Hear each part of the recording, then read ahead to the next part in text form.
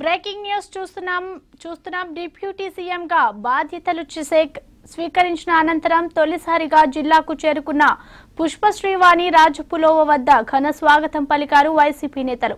అయితే ఈ క్రమంలో బహిరంగ సభలో హాజరైన మంత్రి ఒక్కసారిగా కుప్పకూలడంతో పెను ప్రమాదం తప్పింది. దీనిపై మరింత సమాచారం మా ప్రతినిధి రాజు అందిస్తారు. రాజు, చెప్పండి, ప్రమాదం ఎలా జరిగింది? దీనిపై మీ దగ్గరున్న పూర్తి వివరాలేంటి?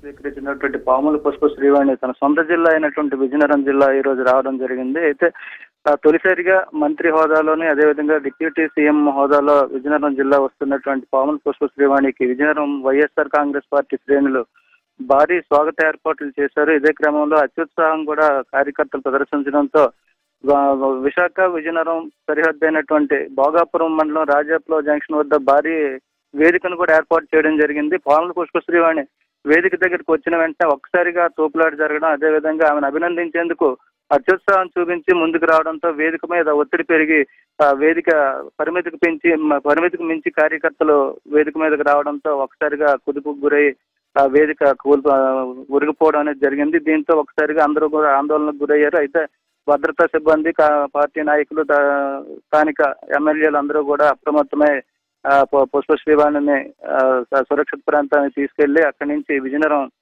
జిల్లా పరిషత్ గెస్ట్ హౌస్ కి తరలించడం జరిగింది. అయితే ఎటువంటి ప్రమాదం కానీ గాయాలు కానీ జరగకపోవడంతో అందరూ కూడా ఊపిరి పీల్చుకున్నారు. అయితే తొలిసారిగా విజయనగరం రావడంతో ఇటువంటి సంఘటన జరగడం అనేది స్థానిక కార్యకర్తల్లోనూ అదేవిధంగా నాయకుల్లోనూ చిన్న గందరగోళం చోటు చేస్తుందని చెప్పచ్చు. Thank you Raju.